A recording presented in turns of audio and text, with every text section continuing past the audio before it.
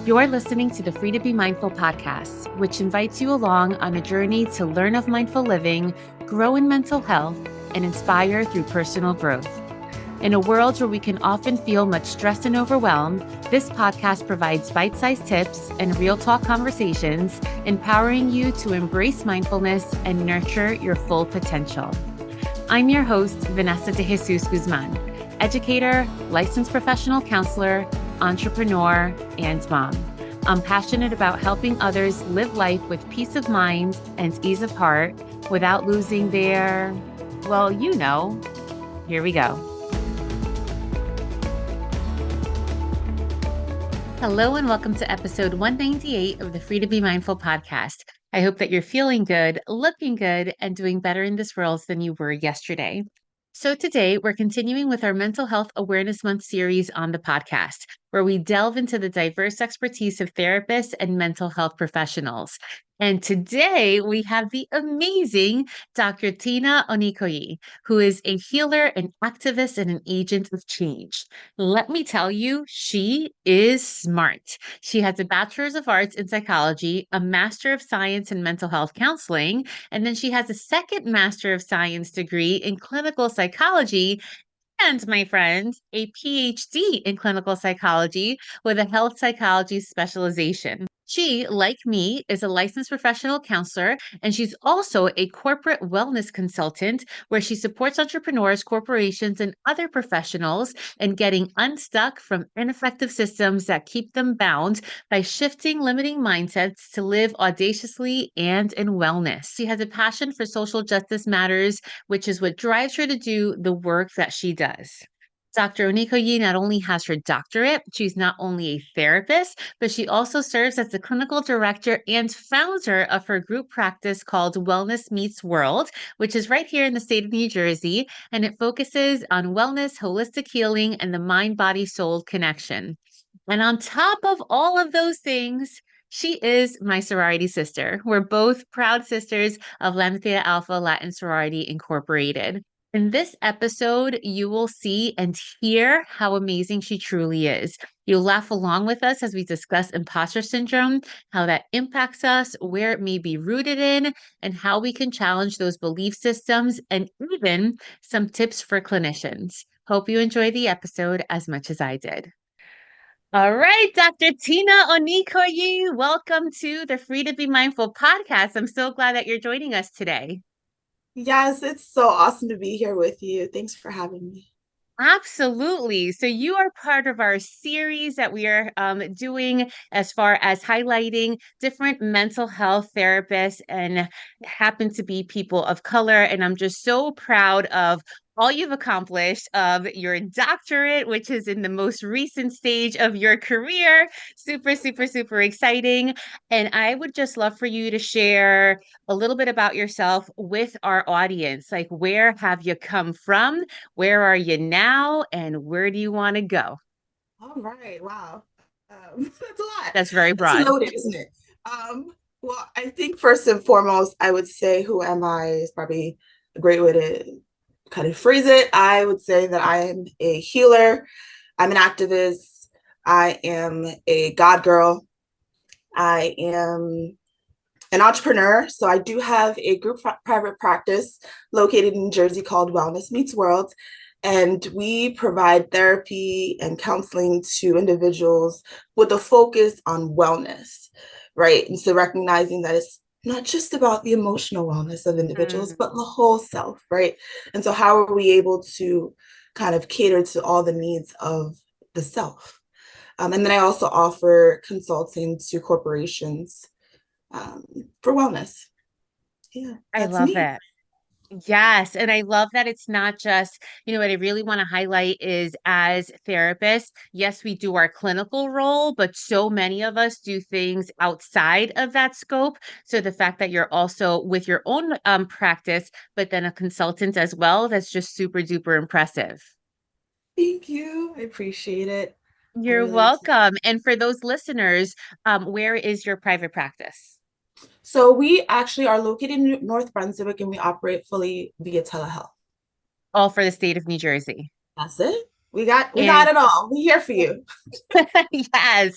And what do you specialize in within your practice? Awesome. So I actually work specialize in working with high achieving women of color professionals who are experiencing high functioning anxiety or imposter syndrome. High achieving women of color professionals. It sounds extremely familiar. Let's Yes, get I'm into sure it it does because to a lot of people. to a lot of people, including myself, which is why I'm cracking up. And it's so very interesting. I think that there's so many layers to that, right? Like not only just as women, but then women of color. And then I always think like sometimes birth order plays a big role in that. I am the eldest of three, so I feel like an added responsibility sometimes that I had to have compared to my younger brothers. But it is real. I know that I definitely experienced that, and I know many close friends who have as well. So I'd love for you to tell us first, how would you define imposter syndrome? And let's take it then from there. Okay. So it's imposter syndrome. Sometimes it's also called imposter phenomenon. It's become kind of a more popular term, but really it's just a persistent fear that you are a fraud, right? Mm, Despite the evidence that says otherwise. And it is very common for a lot of people, but I think it's especially important to talk about it when it comes to women of color, because there's this, I think it's an important distinction that needs to be made between some internal beliefs that's what that more imposter syndrome and discrimination, right? And recognizing that they may seem similar, but one is something that other people have done or like systems that are in place that don't give us the space to fully show up as ourselves. So we have like, I don't feel like I belong, but that's mm, because a lot of systems weren't made for us. right. So kind of understanding that the two is really important. So that's why I'm especially proud of being able to specialize in this area so people can get the care and expertise in this area and not conflate it with just imposter syndrome. Yeah, I think that that beginning piece is so important, especially if you identify as a person of color or woman of color, because it's not just what you're feeling, but it's also identifying and really acknowledging that some of these spaces we weren't used to being in and weren't made for us. And then when we find ourselves there, it can be quite challenging. It reminds me just of being as a first generation person and going to a college which was predominantly white, and I was one out of, let's say, a class of 20. And every time, especially in a psychology class where they were talking about, well, how does a Latinx population feel? And all eyes were on me. And it was kind of like, oh, now I'm the spokesperson for all Seriously. thing, Latino field. It's a lot, and it puts a lot of pressure. But why do you think it is that we, besides the spaces perhaps not being made for us, do you think that there are other things or other factors that go in to us feeling this way? Well, I definitely would say family dynamics is a big Mm. part of it. So that in terms of imposter syndrome, family dynamics, gender stereotypes, I think that that's a big part of it as well. Um, and just sometimes just the way that we have been able to survive, right? Get through certain situations. And it's almost like in the ways that imposter syndrome can be very seemingly helpful because it sort of is like fuels motivation to get things done. And it's like, go get her, I'm going to keep doing things. However, it really can kind of create a lot of anxiety for us, right? And so we're sitting, and that's why it's the high functioning anxiety, because we're like able to function, able to get things done, but then we're sitting with this chronic stress in our bodies. And, wellness is definitely something that I think is really important to center and recognizing that what does that look like for us, right? Mind, body, and spirit, where we're sitting with this consistently. Yeah, I It's love a that you lot. pointed that out. It is a lot because it's a lot, but if you're not looking at it from the mental health perspective, just from like, layman's view, it's like, oh no, but you're good and you have all this motivation and determination and you're achieving things. And what's the problem? And especially if you don't identify with either this population or even with this the diagnosis, so to speak, then you don't really see what the other person can be experiencing because they look so good from the outside, but It in the looks put together, inside, but on the I don't know what animal it is, but I think it is it the swan or something, and there's some I forget what animal it is, but it's like on the surface it looks like it's gliding on the water, but underneath it's kicking its legs like this. yes, it's swans, ducks, and I forget which water animal it is, but yes, I have heard that reference. And it's a lot of work to do all that kicking. And then on the outside, you look like you're gliding. So majestic, graceful. Right, but on the inside, talk to us about that, especially for the women that you work with. What typically do you see or do they share that they're feeling on the inside? Definitely lots of anxiety. Um, Definitely feeling insecure. Definitely a lot of uncertainty about their future. Um, Even and the challenge is it sort of kind of starts to seep into other areas of your life, right? So perhaps it may start and center around like professional endeavors, but then it kind of may even move into like maybe your relationships, or whether it's your partnership in intimate relationships or even family dynamics. Mhm.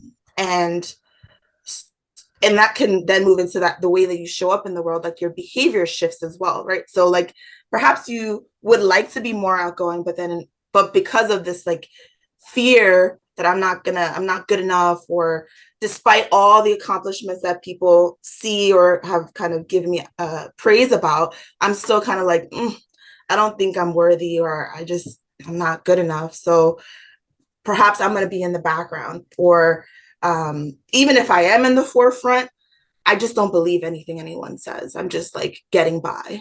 So it's like, it's heavy to kind of manage and feel all those emotions. And despite what other people say, not feeling comfortable enough to like believe it. Yeah, yeah, it's almost as though you don't own it. And I myself, because I identify with this, I know how it feels as though like, everybody's saying congratulations and this is fantastic. And no, I can't believe it. And you say thank you just to be kind, but it's almost as though you're really not believing it, or you're on to the next thing. Like, okay, what's the next box I can check off? Or what's the Mm. next thing I can accomplish? But even when you accomplish it, you're not even giving yourself the space to like really live in that or acknowledge that or celebrate yourself because you're Right. already on to the next.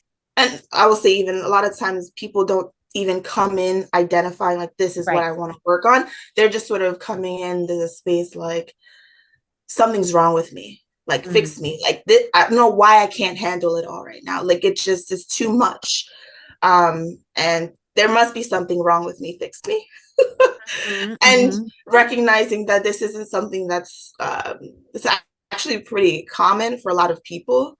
Um, Particularly like when we are in new experiences as well, right? So new jobs, perhaps where, like you said, mentioned first generation, new experiences, or kind of moving up in the ladder in terms of like finances, right? Like, so now they've given me this salary. Am I supposed to be able to, am I worth it? Like, are they going to Uh-huh. figure out that, like, despite the fact that I worked hard, I have all this knowledge internalized, I have these degrees, I know my stuff too.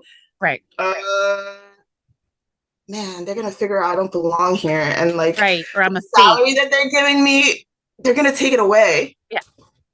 Yeah, yeah. And that, like you said, it can be heavy and we can feel that emotionally, but then we can also feel the weight of that, whether it comes out through these anxious types of behaviors or through other things as well that can then, as you were saying, impact other areas of our lives, like our, intimate or interpersonal relationships. Yes. Oh man. So I'm super grateful to have this space to even talk about this because it's definitely a passion of mine. Yeah. And let me ask you, do you think, because anybody can experience imposter syndrome, like you were saying, why is it that you think that it impacts women of color specifically a little bit more? Like, what is it about our various different cultures that kind of really dig deep into this feeling of not feeling worthy, not feeling enough, not feeling like we're achieving anything, even though the boxes are being checked off? Right. So I appreciate the question because, social justice and I think it's important to also be like culturally affirming and responsive as a clinician, uh, recognizing that these are parts that, if not addressed, you miss the mark in addressing imposter syndrome, right? Because culture plays a big part in it. And women of color from different ethnic backgrounds may have different cultural expectations, right? So I can speak to, so I'm Nigerian and also on my mom's side from Barbados and St. Vincent. Mm. And sort of the expectations of what it means to, again, this gender stereotypes to be a woman in these cultures, it's like, you're responsible for this. And many times the men may not have the same quantity of responsibility. Perhaps their Mm. responsibilities are different. And sort of, especially in this culture, the Western culture mixed into it, of like, I have to manage the traditional expectations and then also perhaps the Western, like, we got to get this money and I have to get all these things done and I have to care for the home and Mm. all these different situations. And I think that that may look different in other, perhaps like European cultures. Yeah. Yeah, I totally get what you're saying. And even thinking about my own life, my parents are both from Dominican Republic, and I just so happen to, my husband is also from Dominican Republic. And even though my family definitely acknowledges and celebrates and was really big on not only having a good work ethic, but on getting the education, right? And doing something for yourself. And even as scary as it was after leaving an 18-year career in education, now, having my own practice, like that's all celebrated. But then the questions still come as far as like, well, what'd you cook for dinner? Well, dude, I was working until 8 o'clock at night. Like, what do you think I cooked for dinner? Nothing. Cheerios, where we're ordering out. And I remember telling my husband's grandmother before she passed away, and I was like, oh no, like I don't even have rice in my house. Like I don't really cook rice. And she was like beyond herself. She was like, he's gonna Flabbergasted, I'm sure. truly, like he's gonna starve. What is happening? You're not taking care of your household. And I wanted to be like, have you seen him? I think he's doing all right. Like he's gonna be okay. But the fact that I wasn't cooking rice and beans on a daily basis, because that's the cultural expectations, but it's almost like now it's even tougher because you're expected to do both, as you were saying, like the cultural, but then the Western expectations and putting that together with all the things that you put onto yourself because of our upbringing is a lot. Yes, and I think things can look a little different. So that's why I was like, so this is context is important too. So also thinking Mm. from that of like a professional, like a woman of color professional, right? And oftentimes that may, some of them may be like first generations, but others may not. But whether you are first generation or not, I think that um, that sometimes there's this expectation, internalized expectation of trying Hmm. to like be proud, or not proud, it's not right, but like acknowledge the what's been put before me, like what's behind, like people who have the efforts people have put, Right. and like I want to make sure that I am standing on the shoulders of the people who came before me and I'm making something of their sacrifices. And so there's that Yeah, it's heavy. pressure, right? More pressure. It's like, okay, it's all these different expectations. And in your own, like, I want to do this, and it, what may start as like pride can then move into like something that can sometimes be super, super heavy and extremely exhausting. extremely exhausting because not only are you doing things for yourself and for your immediate family, but then it becomes almost like an intergenerational pressure of your ancestors. You're not even here, but they're here, and you just Mhm. feel it. And I'm wondering, just to kind of switch the imposter syndrome of like, because we're talking about maybe at work and how it comes Yeah. up at work, because that's usually perhaps how we feel it or hear it the most. But I wonder if we look at it the opposite of thinking and really overgeneralizing, but I'll take myself as a specific example of coming from an inner city where perhaps not everybody makes it out, in quotes, so to speak, and then Right. achieving all of these things, perhaps feeling imposter syndrome at work. But do you hear kind of the opposite of, do you feel imposter syndrome maybe with your friends from home, right? Your friends from like pre-college days of like, are you this enough now? Because now you're professional and now you've made it out. Are you still whatever enough? Can you still hang with us? Do you still connect with us, even though now you're in this whole different space that we're not used to seeing? Do you ever hear that in your Mm. work?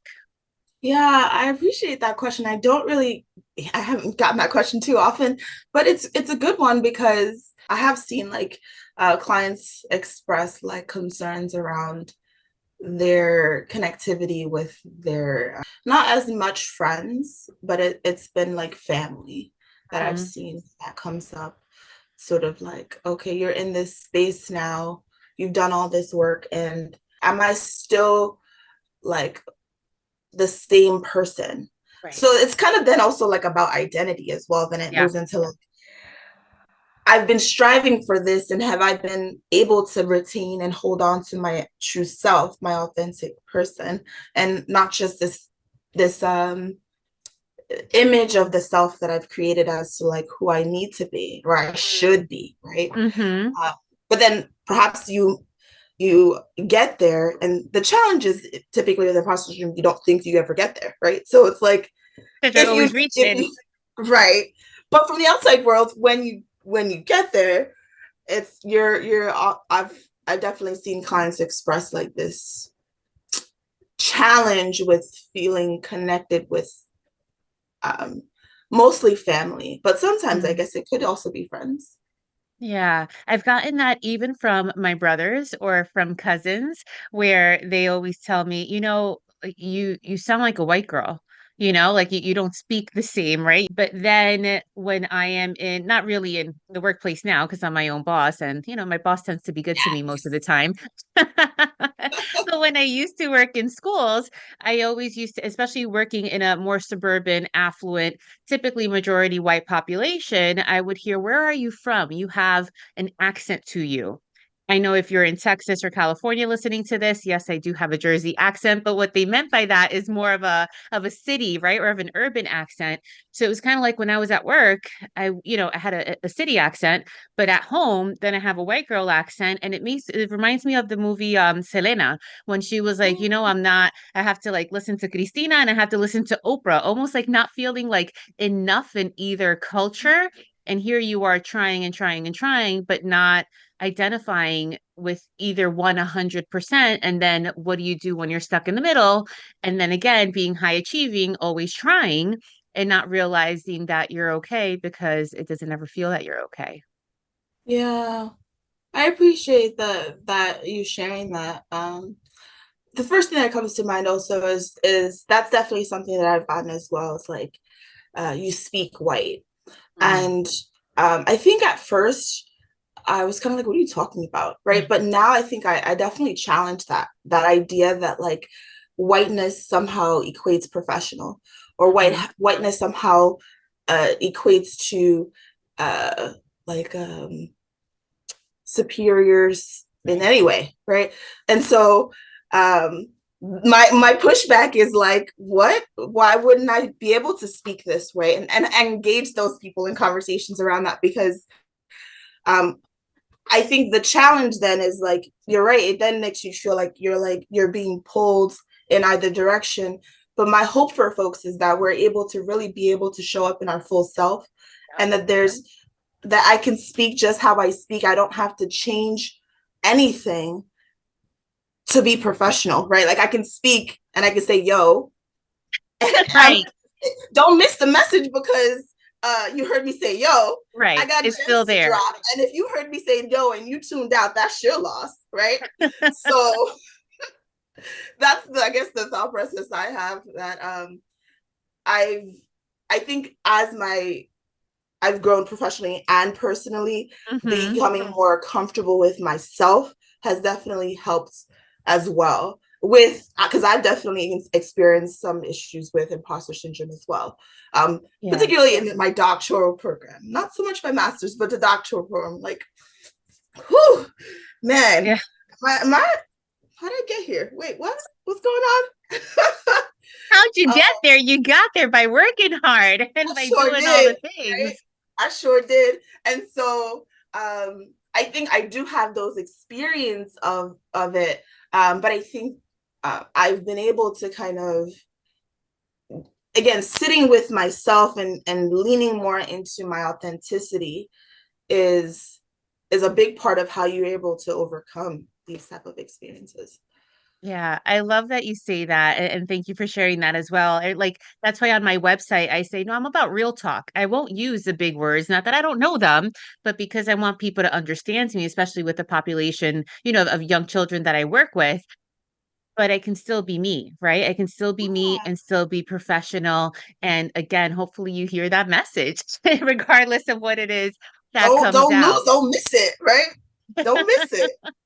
I love that. And it does take a lot of growth personally, a lot of growth professionally to then not maybe overcome the imposter syndrome, because I'm sure there's like bits and pieces that come out depending on the new experiences that we may encounter, like a doctoral program, but really Yes. to learn to be your authentic self, regardless of where you are and who you're with.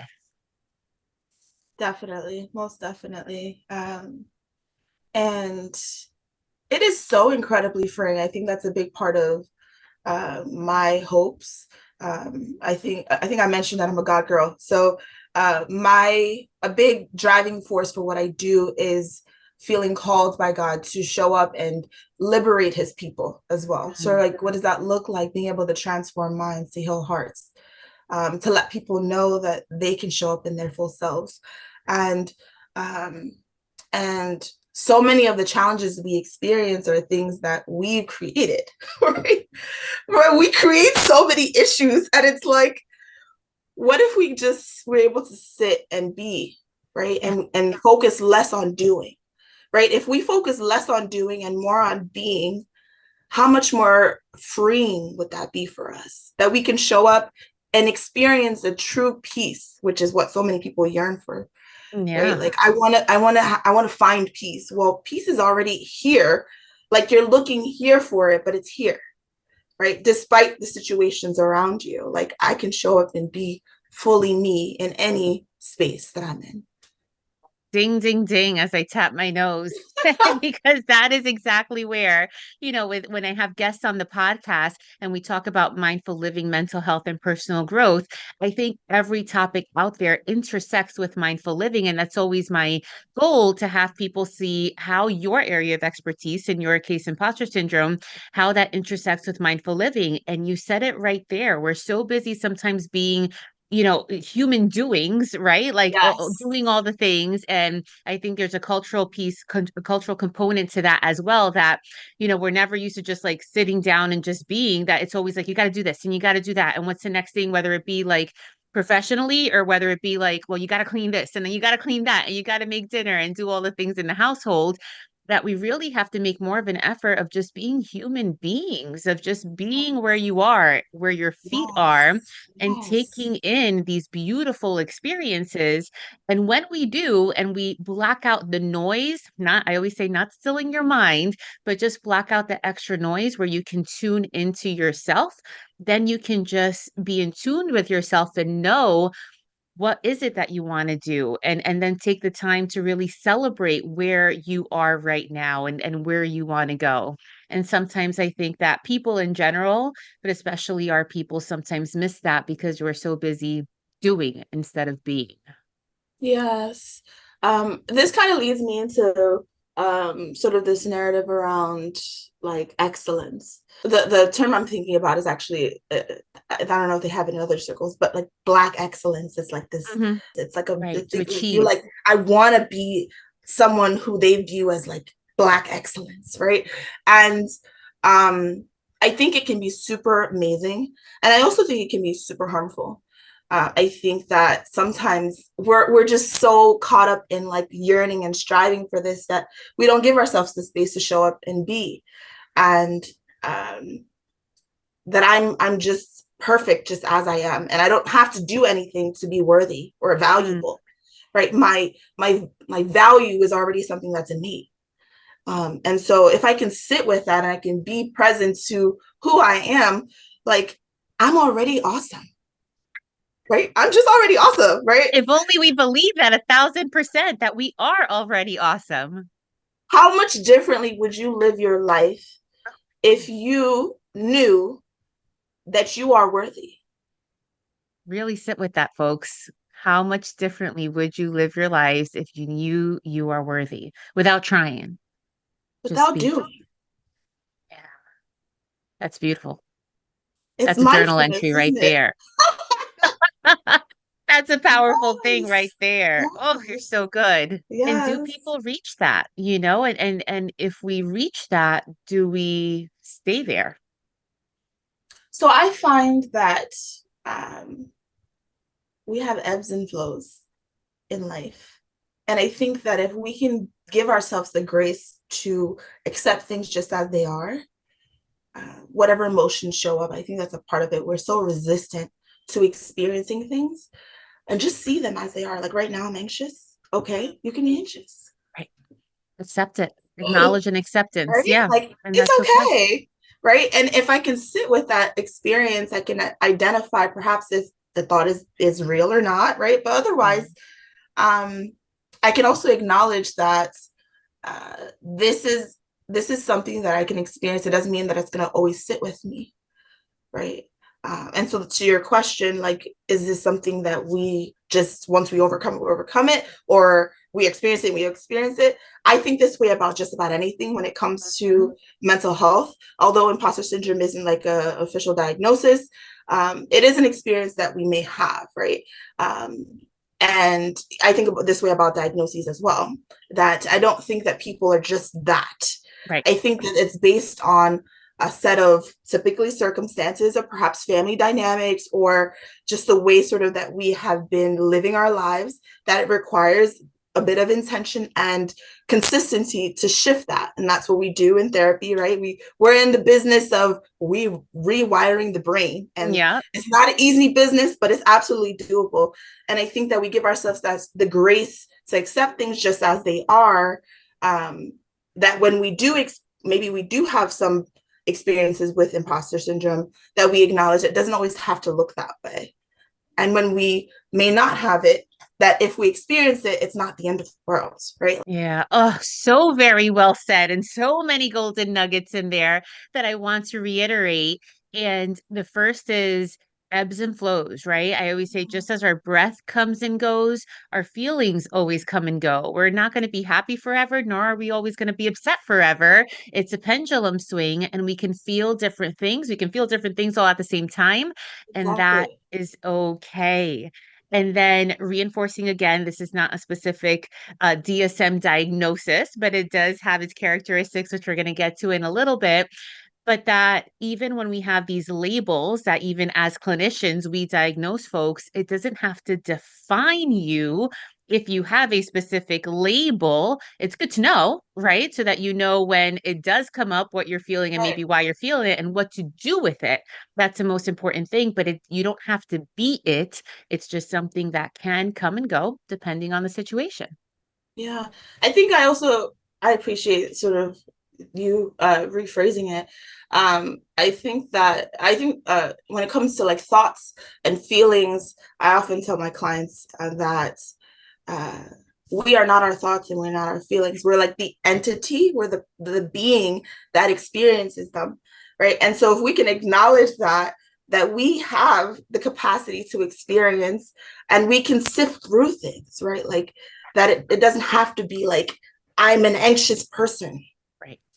You can Anxiety is an experience emotion just like any anxiety. other. Right. Yes. Yes. I love it. So going back to, we've been talking about more on a bigger, more worldly kind of scale, but bringing it back down to the practicality. When we talk about characteristics that Mhm. people may identify with, what can we tell our listeners to see, like if you have these things, are you identifying with having imposter syndrome at this moment? What may they come up with, or what may they feel in their body at those points? Understood. So I would say sort of the most common thought process is just sort of thinking that you are um, like you're a fraud in this space right now in this moment. I think you may even show up and be like sabotaging like things because you don't think that you deserve it, right? So if I don't think I deserve it, like my behaviors will start to align with that belief system. Because you don't think you deserve, then you might move into like the overachieving, that kind of like I'm gonna work to get there somehow, and then never think you ever got there, right? You're just working working working. Working, working. um you might even think that like you got to certain places because of luck, right? Like that had nothing to do with you per se, or it's an external factor or something outside of you that is prompting you to have experienced the level of success that you have. Yeah.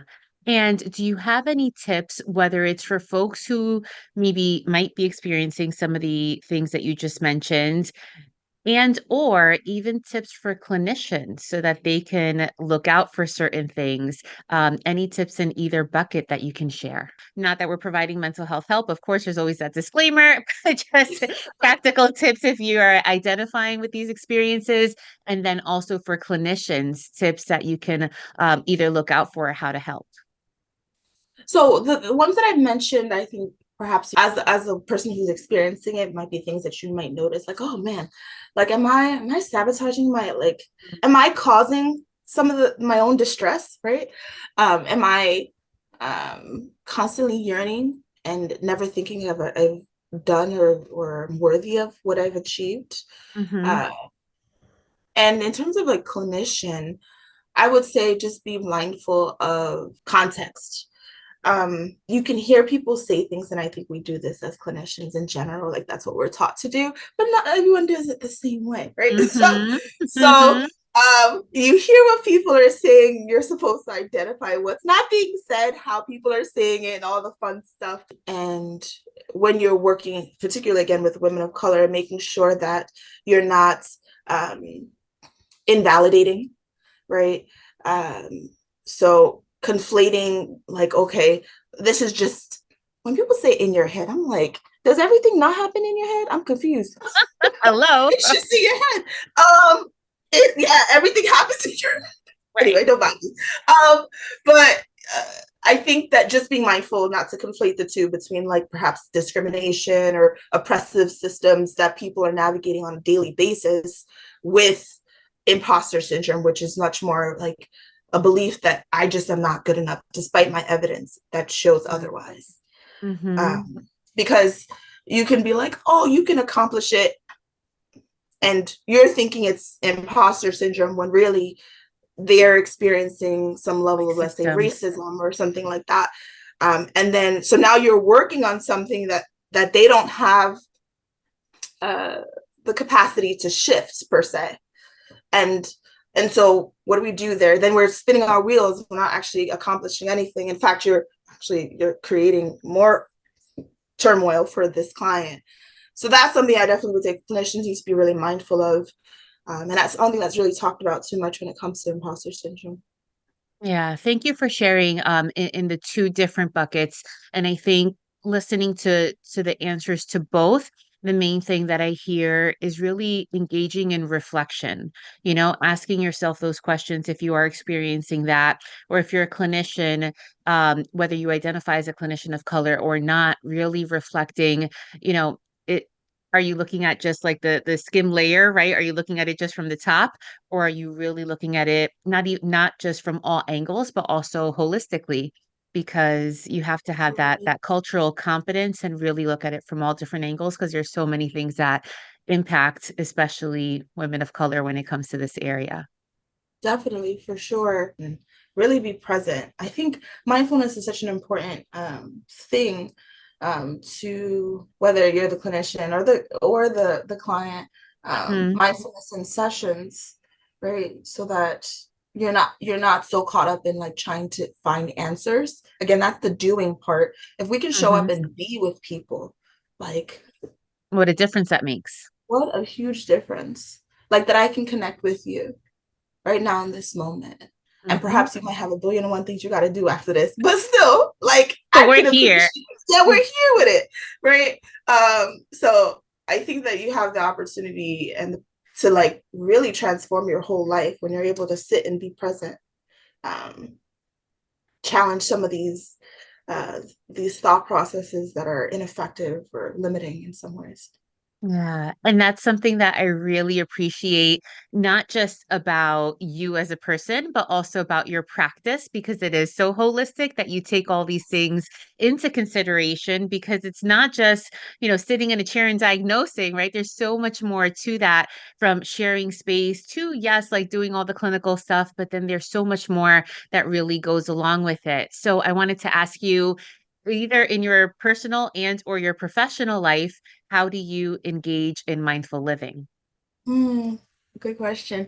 I really enjoy spending time in the Word.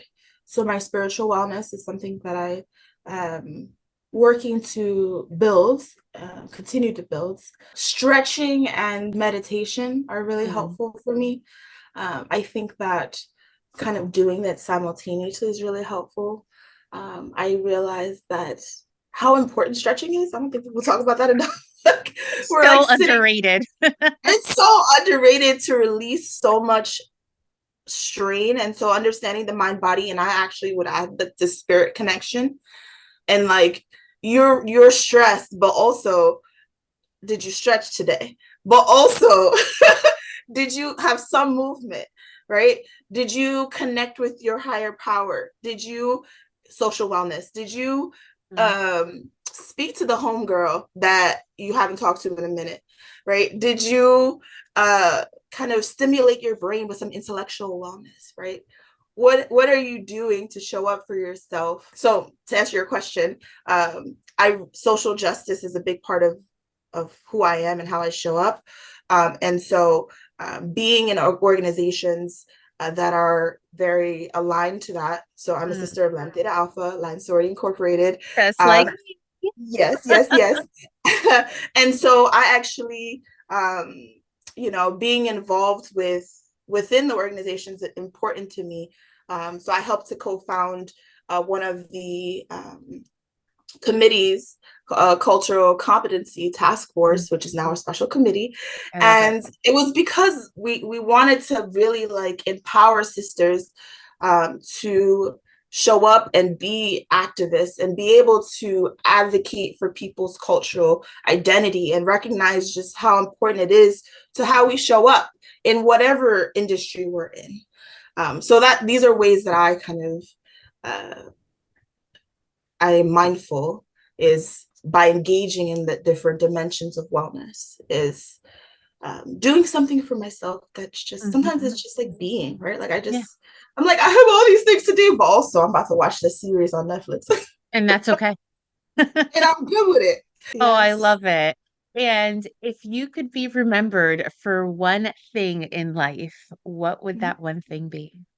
I would be, I would love to be remembered as someone who lived life fully and gave folks the space to do the same.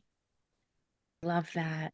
And if you are just listening, I highly encourage you to also watch the YouTube recording because your voice and your presence, but then your visual presence. And even as you're thinking and as you're speaking, like I see the deep rootedness of it all. And I so appreciate that.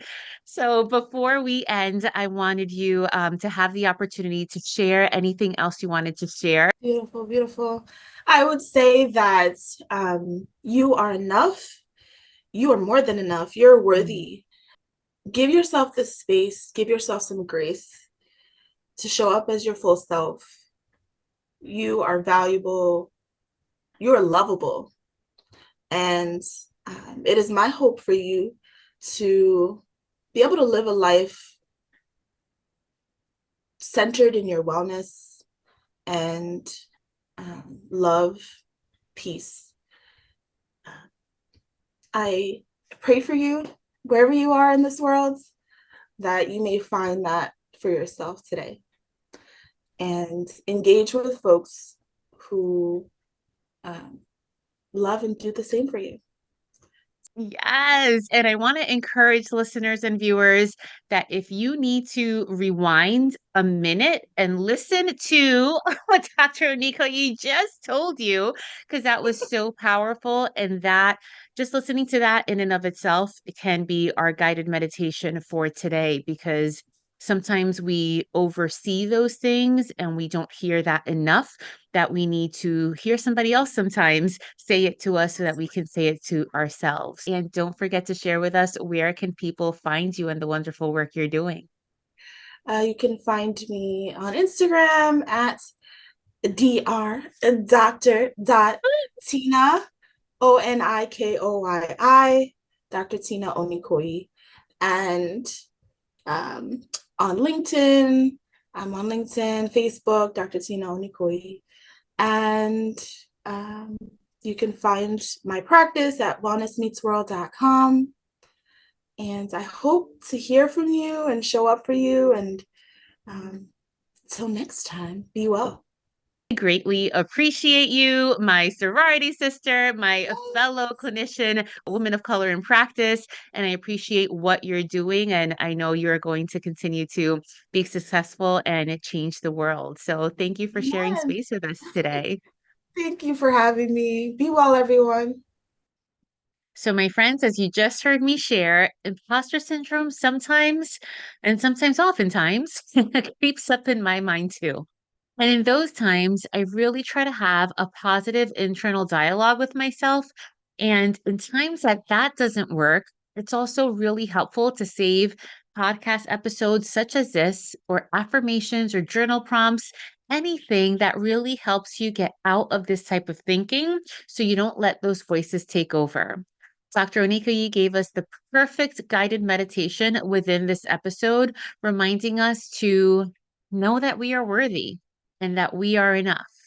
It is my hope that you always remember that, and that you always remember, in a world where you are free to be anything that you want to be, you are always free to be mindful. Catch you next week.